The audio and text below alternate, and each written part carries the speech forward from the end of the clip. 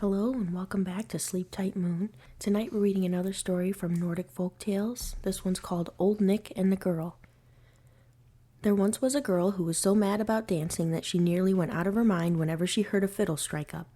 She was a very clever dancer, and a smart girl to whirl round in a dance or kick her heels was not easily to be found, although she only had shoes made of birch bark and knitted leggings on her feet. She swept past at such a rate that the air whistled round her like a humming top.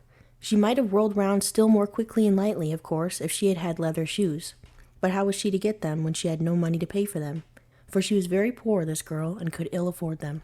So one day, when the fair was being held at Amberg Heath, whom should she meet but old Nick? He was going to see the fun of the fair, as you may guess, for all sorts of tramps and vagabonds and watch dealers and rogues go there, and where such gentry are to be found, others of the same feather are sure to flock together. "What are you thinking about?" asked old Nick, who knew well enough how matters stood. "I am wondering how I shall be able to get a pair of leather shoes to dance in," said the girl, "for I haven't any money to pay for them," she said. "Is that all? We'll soon get over that," said old Nick, and produced a pair of leather shoes, which he showed her. "Do you like these?" he asked. The girl stood staring at the shoes. She could never have believed that there were such fine, splendid shoes, for they were not common ones sewn with pitch thread, but real German shoes with welted soles and looked as French as one could wish. "Is there a spring in them as well?" she asked. "Yes, that you may be sure of," said old Nick. "Do you want them?" Yes, that she did. There could be no doubt about that, and so they began bargaining and higgling about the payment, till at last they came to terms. She was to have the shoes for a whole year for nothing, if only she would dance in his interest, and afterwards she should belong to him. She did not exactly make a good bargain, but old Nick is not a person one can bargain with. But there was to be such a spring in them that no human being would be able to swing round quicker in a dance or kick higher than she did, and if they did not satisfy her, he would take them back for nothing, and she should be free. With this they parted.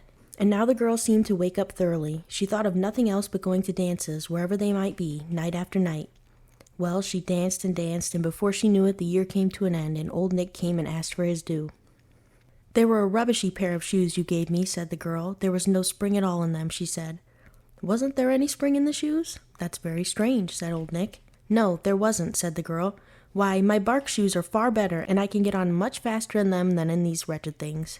"You twist about as if you were dancing," said old Nick, "but now I think you will have to dance away with me after all." "Well, if you don't believe my words, I suppose you'll believe my eyes," she said.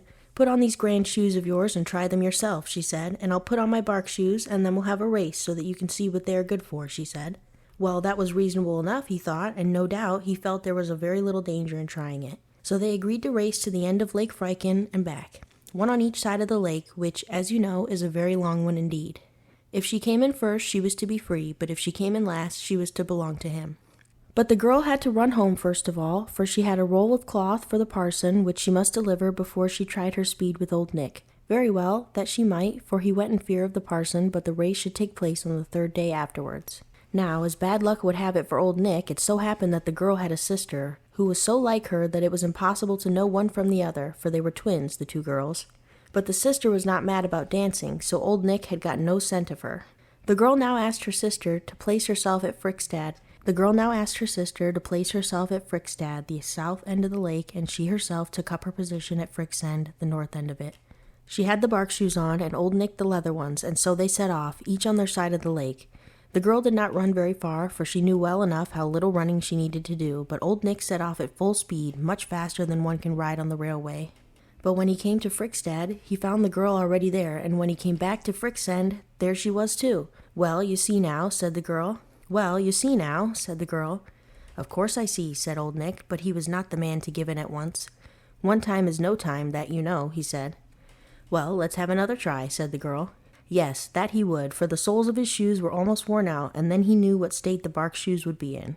They set off for the second time, and old Nick ran so fast that the air whistled round the corners of the houses in Sand and Emtervik parishes, but when he came to Frykstad, the girl was already there, and when he got back to Fryksend, she was there before him this time also. "Can you see now who comes in first?" she said. "Yes, of course I can," said old Nick, and began to dry the perspiration off his face, thinking all the time what a wonderful runner this girl must be. "But you know," he said, "twice is hardly half a time. It's the third time that counts." "Let's have another try then," said the girl.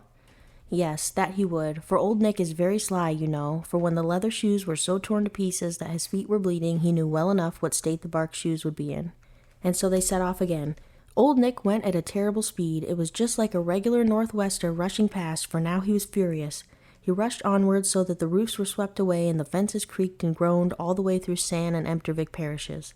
But when he got to Frykstad, the girl was there, and when he got back to Friksend, there she was too. His feet were now in such a plight that the flesh hung in pieces from them, and he was so out of breath and groaned so hard that the sound echoed in the mountains. The girl almost pitied the old creature, disgusting as he was. "Do you see now," she said, "that there's a better spring in my bark shoes than in your leather ones? There's nothing left of yours, while mine will hold out for another run if you would like to try," she said.